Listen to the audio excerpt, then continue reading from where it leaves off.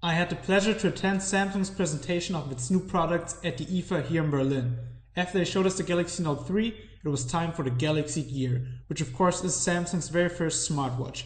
I've been checking it out for the last couple of days. So in this video I will give you my review of the watch and I will tell you why I will not buy it. Let's go. We are looking at a 1.63-inch big Super AMOLED display with a resolution of 320 x 320. The watch runs on an 800 MHz single core processor, 512 MB RAM and a 350 mAh battery. The weight is 73.8 grams, but I can tell you that the Gear actually feels quite nice on your wrist and the display looks good as well. There's one physical button on the right side. Press it once to turn the watch on, and if the display is already on and you hit it, it will take it back to the clock start screen. Tapping it twice opens S-Voice.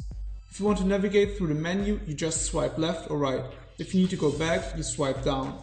It's really intuitive and works perfectly fine on that small screen. But what can you actually do with your Galaxy Gear?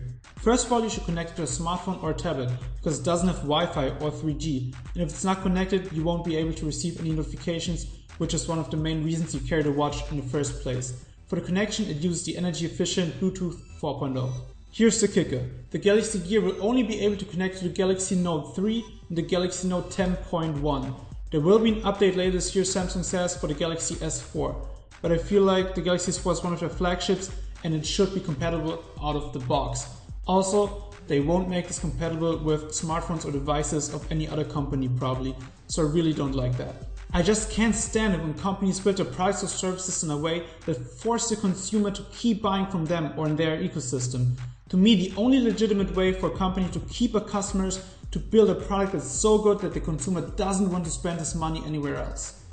But let's say we have a Galaxy Note 3, which by the way is a fantastic phone. The coolest thing is that you can make and receive calls with your Gear because it has a built-in microphone, a speaker and a dialer app. So you don't even have to take your phone out of the pocket anymore. You can also get notifications on your wrist, so you see missed calls faster and you can even read mails. When you're in the middle of reading a mail and you take out your phone, it will automatically show you that mail. Pretty convenient, huh? S-Voice is pre-installed and it works without background noise too. Check it out. What time is it? So I can do my maths, and when I'm done, I just hit the X and it's gone. So just one more time, I'll just show you that again. I can hit peppermint over there, go to my thing, or any size I like, do a small one this time. Calculator, that is nice and small, very simple. One of my personal highlights is the 1.9 megapixel camera.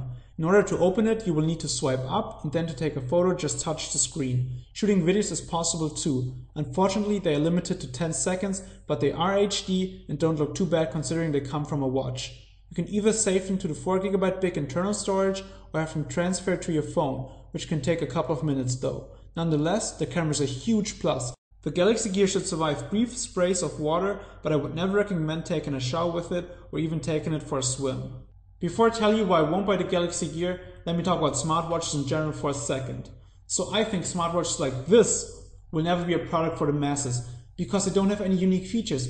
You can already make calls with your phone, or you can already take pictures or use S-Voice with your smartphone. And in order to use all the features of your smartwatch, you need to carry that phone anyways. So the only value it brings is it's an extra screen that's easy to access on your wrist but doesn't have any unique features. That's why I don't think people would really buy it. Some tech people like us will be interested, but my normal friends would never spend money on that. Alright, now here are my reasons not to buy the Gear. I already told you that it's only compatible with the Note 3 and the Galaxy S4, but my main concern is the battery. Samsung claims it will last about 25 hours on a normal usage. We all know from experience that products rarely live up to the battery life the manufacturer says it has.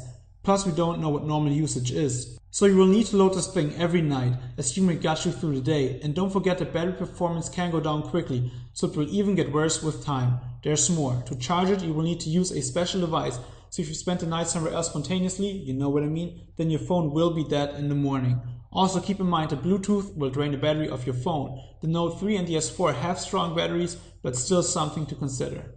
Let's talk about apps. There are 70 of them. For instance, eBay, Evernote and the social network Path, but no Facebook or Twitter. You can still get notifications from them though.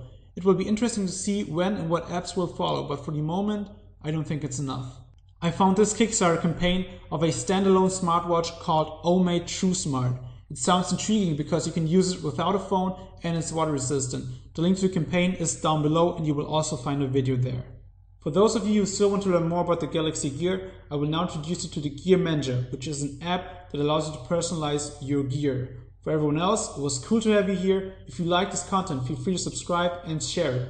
I feel like most of the coverage about the Galaxy Gear is not detailed and honest enough. Thanks. So one useful feature of the Gear Manager is Find My Watch. Use it when you can't find your gear and it will make noise. If you don't like how the gear is displaying the time, go to Clocks and choose a new design. But let's go to My Apps. This is where you have a list of all the apps available and you can choose which one you want to be shown on your smartwatch itself. Also, you can change the order of the apps. Alright guys, that's all I had to say. Let us know in the comments below what your opinion about the Galaxy Gear and smartwatches in general is. Thanks for watching. I see you soon. Bye.